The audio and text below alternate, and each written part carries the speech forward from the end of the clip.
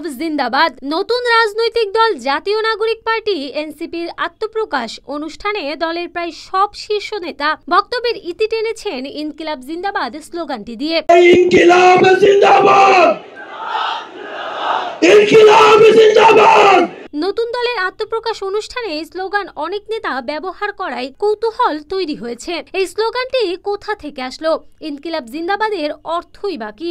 চলুন তাহলে জেনে নেওয়া যাক ইনকিলাব জিন্দাবাদ স্লোগানটি কোথা থেকে আসলো।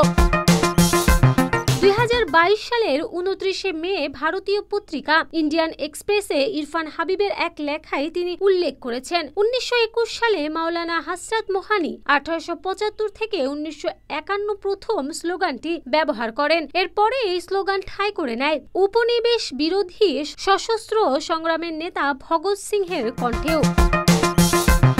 লেখক ও গবেষক মহিউদ্দিন আহমেদ বলেন, ইনকিলাব জিন্দাবাদ বা বিপ্লব দীর্ঘজীবী হোক স্লোগানটি ভারতীয় কমিউনিস্ট পার্টি এখনো দেয়। তিনি বাংলাদেশে অতীতে ছাত্র ইউনিয়নের নেতাকর্মীদের স্লোগান দিতেও শুনেছিলেন। ইনকিলাব জিন্দাবাদ স্লোগানটি সামাজিক ও অর্থনৈতিক বৈষম্যের বিরুদ্ধে লড়াইয়ের অংশ হিসেবে দিয়েছিলেন হযরত মোহানি।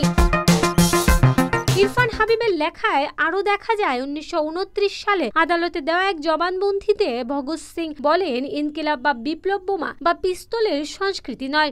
আমাদের বিপ্লবের অর্থ হলো প্রকাশ্য অন্যায়ের উপর ভিত্তি করে দাঁড়িয়ে থাকা বর্তমান পরিস্থিতিকে সম্পূর্ণ বদলে দেওয়া। ইনকিলাব একটি আরবি শব্দ এবং জিন্দাবাদ উর্দু শব্দ, মানে হলো ইনকিলাব জিন্দাবাদ স্লোগানটি আরবি ও উর্দুর মিশেল। ইনকিলাব জিন্দাবাদ স্লোগানের মানে হয় বিপ্লবকে অভিনন্দন জানানো। অবশ্য ইতিহাসবিদ ইরফান হাবিব তার লেখায় ইনকিলাব জিন্দাবাদের অর্থ হিসেবে লিখেছেন বিপ্লব দীর্ঘজীবী হোক।